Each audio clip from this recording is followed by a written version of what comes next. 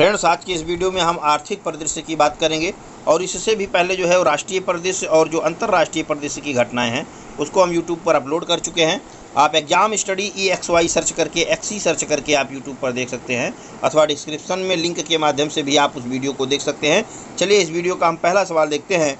मई 2020 में किस राज्य के मुख्यमंत्री ने लाख की खेती को कृषि गतिविधि घोषित करने से संबंधित वन विभाग के प्रस्ताव को मंजूरी प्रदान की है? तो छत्तीसगढ़ राज्य है। छत्तीसगढ़ के राज्य में जो है वो लाख की खेती को जो है वो कृषि गतिविधि घोषित किया गया है। आइए इससे जुड़ा हम और तथ्य देखते हैं। राज्य में लाख की खेती को कृषि का दर्जा मिलने के बाद लाख उत्पादन से जुड़े किसान भी अन्य किसानों की तरह सहकारी समितियों के माध्यम से आसान ऋण प्राप्त कर सकेंगे।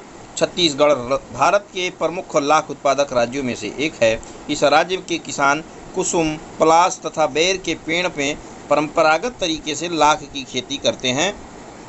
और नेक्स्ट देखते हैं कि 22 मई 2022 को भारतीय रिजर्व बैंक की मौद्रिक नीति समिति ने वर्तमान और उभरती समष्टिगत आर्थिक परिस्थितियों के आकलन के आधार पर प्रमुख निर्णय लिया है।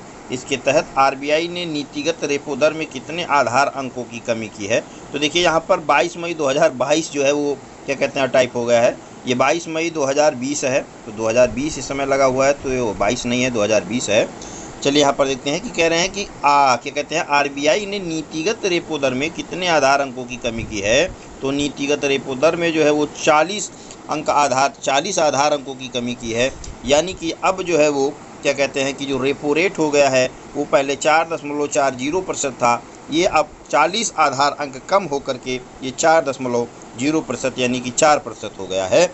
इसी के साथ में रिवर्स रेपो रेट देख लेते हैं। तो रिवर्स रेपो रेट जो कि 3.75% था, ये भी 40 आधार अंक कम हो गया है, तो ये 3.35% हो गया है। और सीमांत अस्थायी सुविधा दर जो है वो 4.65% से घट करके 4.25% हो गई है। मुद्रास्फीति लक्ष्य के भीतर ही बनी रहे, यानी कि जो मुद्रास्फीति है वो जो एक लक्ष्य निर्धारित किया गया है उसके तहत ही बनी रहे।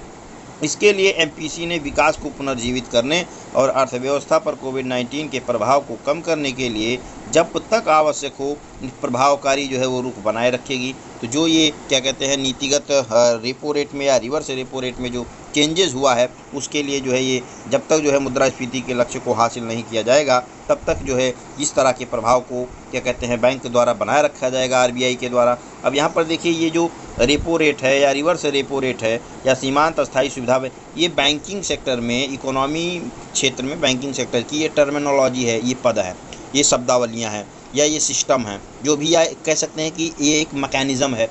तो इस तरह के मैकेनिज़्म को हम यहाँ पर डिस्कस नहीं कर रहे हैं चूँकि वीडियो लंबा हो जाएगा। और नेक्स्ट देखते हैं कि 15 मई 2020 को कृषि सहकारिता तथा किसान कल्याण विभाग ने 2019-20 के लिए प्रमुख फसलों के उत्पादन का तीसरा अग्रिम अनुमान जारी किया। इसके अनुसार देश में कुल खाद्यान्न उत्पादन में कितने मिलियन टन होने तक का अनुमान है? तो कुल खाद्यान्न उत्पादन का जो है यहाँ पर लक्ष्य पूछा गया है कि कितने मिलियन टन तक जो है खाद्यान्न उत्पादन होने का जो अग्रिम अनुमान है वो जारी किया गया है। तो ये जारी किया गया है 295.67 मिलियन टन, जिसका ए विकल्प सही है। ए विकल्प सही है, यानी कि 295.67 मिलियन टन जो है 2019-20 के क्या कहते हैं तीसरा अग्रिम जो अनुमान जारी किया गया है उसके मुताबिक है। और अग्रिम अनुमान का देखिए मतलब ये होता है कि जब भी डेटा पूरी तरीके से कुल मिला करके अपूर्ण डेटा पूरी तरीके से आंकड़ों का जो है यहाँ पर संग्रहण नहीं होता है तो वहाँ पर अग्रिम अनुमान जारी किया जाता है। अब थोड़ा सा यहाँ पर हम 295 को थोड़ा सा ट्रिक से याद कर लेते हैं, सिर्फ याद करने के लिए हम बता रहे हैं। देखिए 5, 6 और 7 तो ये है, हम क्या करते हैं पीछे से 2 अंक पे दशमलव लगा देते हैं। अब 2 यहाँ पर जुड़ा हुआ है तो हम यहाँ पर 2 कर देते हैं और 7, 2, 9। तो यहाँ पर देखिए ट्रिक जो है याद करने के लिए थोड़ा सा दिमाग में बैठाने के लिए, तो कुल खाद्यान्न उत्पादन जो रखा गया है वो कितना रखा गया है 295.67 मिलियन टन, जो कि अग्रिम अनुमान है। और अगली न्यूज़ फोर्ब्स मैगजीन को लेकर के है। थोड़ा सा फोर्ब्स के बारे में जान लेते हैं कि फोर्ब्स दरअसल जो है वो अमेरिका की पत्रिका है जो हमेशा जो है हर साल विश्व में जो भी धनवान व्यक्ति हैं उनकी सूची जारी करती है। ये इंटरनेशनल और नेशनल दोनों स्तर पर होता है। तो यहाँ पर जो है भारत में जो 100 सबसे अमीर व्यक्ति हैं उनकी सूची जारी की गई है। आइए सवाल देखते हैं। 6 मई 2020 को प्रतिष्ठित पत्रिका फोर्ब्स ने भारत के 100 सबसे अमीर व्यक्तियों की सूची जारी की है। इस सूची में किसे शीर्ष स्थान प्राप्त हुआ है? तो यहाँ पर शीर्ष स्थान मुकेश अंबानी को प्राप्त हुआ है। यहाँ पर देखते हैं कि सूची में इन रिलायंस इंडस्ट्रीज लिमिटेड के अध्यक्ष मुकेश अंबानी, जो कि 36.8 बिलियन डॉलर की संपत्ति के साथ 13वें स्थान पे हैं। यानी कि फोर्ब्स मैगजीन में वो 13वें स्थान पे हैं, लेकिन भारत में जो सबसे धनवान व्यक्ति हैं उस सूची में मुकेश अंबानी पहले स्थान पे हैं।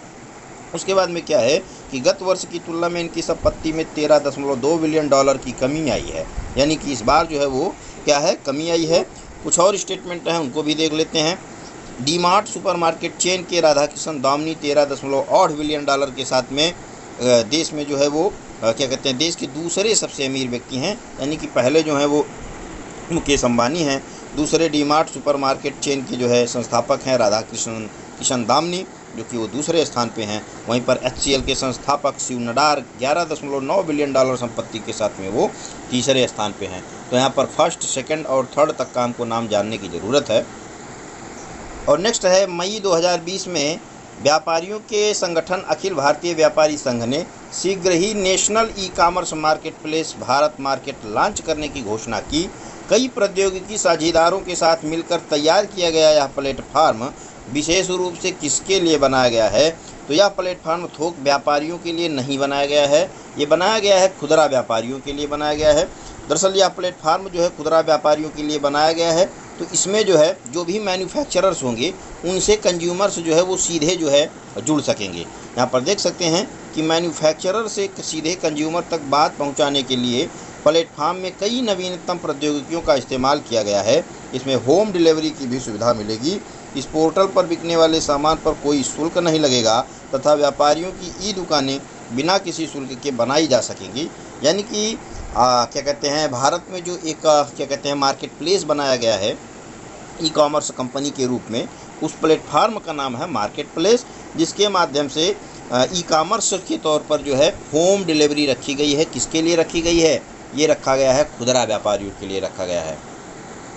और नेक्स्ट देखते हैं कि 29 अप्रैल 2020 को राष्ट्रीय अवसंरचना पाइपलाइन पर गठित कार्यदल ने वित्त मंत्री निर्मला सीतारमण को अपनी अंतिम रिपोर्ट सौंपी है। इस कार्यदल के अध्यक्ष कौन थे? तो इस कार्यदल के अध्यक्ष जो थे वो आर्थिक कार्य विभाग के सचिव थे। और यहाँ पर देख सकते हैं कि 29 अप्रैल को इन्होंने अपनी रिपोर्ट सौंपी है।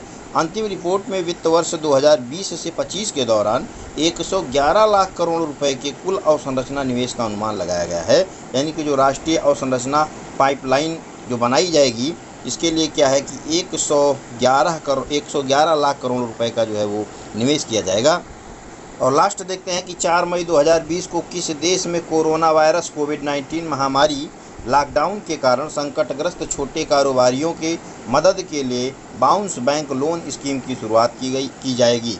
यानी कि किस स्कीम की बात कर रहे हैं यहाँ पे?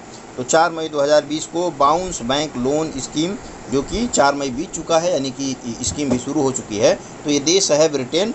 ब्रिटेन ने जो है अपने यहाँ के जो छोटे कारोबारी थे, जो कोविड-19 महामारी के चलते जो लॉकडाउन लगाया गया था उसके कारण जो संकटग्रस्त हो गए थे, उनके लिए बाउंस बैंक लोन स्कीम शुरू की है।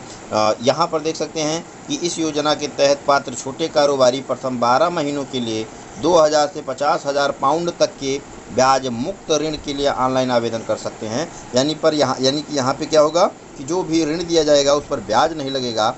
उल्लेखनीय है कि ब्रिटेन सरकार ने कोविड-19 महामारी के कारण जान गंवाने वाले राष्ट्रीय स्वास्थ्य सेवा कर्मी के परिवार हेतु 60,000 पाउंड राशि की बीमा योजना की भी घोषणा की है। तो इस वीडियो के साथ में हमारा आर्थिक परिदृश्य की जो भी घटनाएं थीं वो समाप्त होती हैं। आगे की वीडियो में हम वैज्ञानिक परिदृश्य की चर्चा करेंगे, लेकिन तब तक के लिए आप चैनल को सब्सक्राइब कर लीजिएगा। और वीडियो आपको अच्छा लगे तो आप इसको लाइक ज़रूर करिएगा, शेयर भी करिएगा, ताकि उन लोगों तक पहुंच सके जिनको इस वीडियो की आवश्यकता